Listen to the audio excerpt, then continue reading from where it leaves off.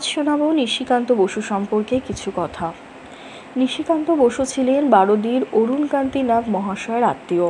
তিনি জানতেন যে বারদীর ব্রহ্মচারী বাবার অশেষ কৃপা আছে এই অরুণকান্তি নাগ মহাশয়ের ওপর।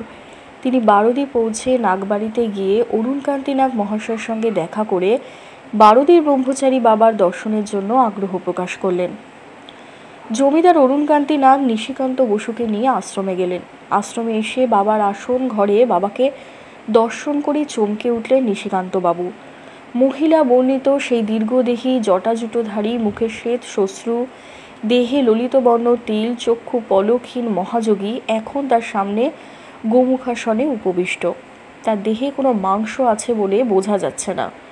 চর্মাবৃত অস্থিরাশি উজ্জ্বল প্রদীপ্ত। এই তো সেই মহাপুরুষ যাকে দর্শন করে ধন্য হয়েছেন তার দুই রোগিণী সুদূর আমেরিকায়। সত্যই ধন্য সেই দুই রমণী। তারা যার দর্শন সেই সুদূর আমেরিকায় পেয়েছেন, তিনি ভারতীয় হয়ে আজ তার দর্শন পেলেন। নিশিকান্তবাবু বিস্ময়ে অভিভূত হয়ে নিজের মনে বিড়বিড় করে তার আমেরিকার অভিজ্ঞতার কথা স্মরণ করছিলেন। জমিদার মহাশয় তাকে ঠোঁট নেড়ে বিড়বিড় করতে দেখে বললেন, কি বলছো, কি হয়েছে? তখন নিশিকান্তবাবু আমেরিকায় ঘটা ঘটনার বিবরণ তাকে শোনান। তখন জমিদার অরুণকান্তি নাগ তাকে বললেন, ব্রহ্মচারী বাবার মনের গতি সব্রত। তার মন যেখানে যায় তার সূক্ষ্ম শরীরও সেখানে পৌঁছে যায়।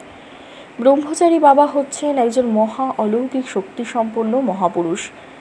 নিশিকান্তবাবু বুঝতে পারলেন যে কোনো কারণে তিনি বাবার অহৈতুকী কৃপা লাভ করছেন। তার রোগীদের চিকিৎসা ক্ষেত্রে তিনি বাবার আশীর্বাদ পাচ্ছেন, কিন্তু কেন তিনি এই আশীর্বাদ বা কৃপা লাভ করছেন তা কিছুতেই বুঝে উঠতে পারছিলেন না।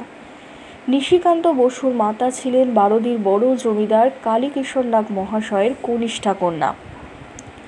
লোকনাথ বাবার পরম ভক্ত জমিদার অরুণকান্তি নাগ সেই সূত্রে তার আত্মীয়। বাবা লোকনাথের এই জমিদার বাড়ির ওপরে বিশেষ কৃপা আছে। নিশিকান্ত বসুর মনে ব্রহ্মচারী বাবার কথা শুনে বালক বয়সে ভক্তি শ্রদ্ধা জাগ্রত হয়েছিল, যদিও তার দর্শন লাভের সুযোগ পূর্বে হয়নি। কিন্তু তিনি মনে মনে বাবাকে পুজো করতেন ও তাকে শ্রদ্ধা জ্ঞাপন করতেন। নিশিকান্ত বসুর ওপর বাবার এই অহৈতুকী কৃপা আবার প্রমাণ করে যে ভক্তিযুক্ত মনে যে বাবাকে স্মরণ করে বা মনে মনে পূজা করে সে বাবার কৃপা লাভ করে।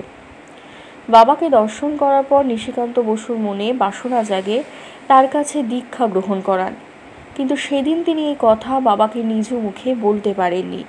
এরপর আবার আমেরিকাতে ফিরে গেলেও তার মন পড়ে থাকে বারদীতে। 3 বছর আমেরিকায় ডাক্তারি পেশায় নিযুক্ত থাকার পর তিনি ভারতবর্ষে ফিরে আসেন ও তার ডাক্তারি বিদ্যার দ্বারা মানব সেবায় নিজেকে নিয়োজিত করেন।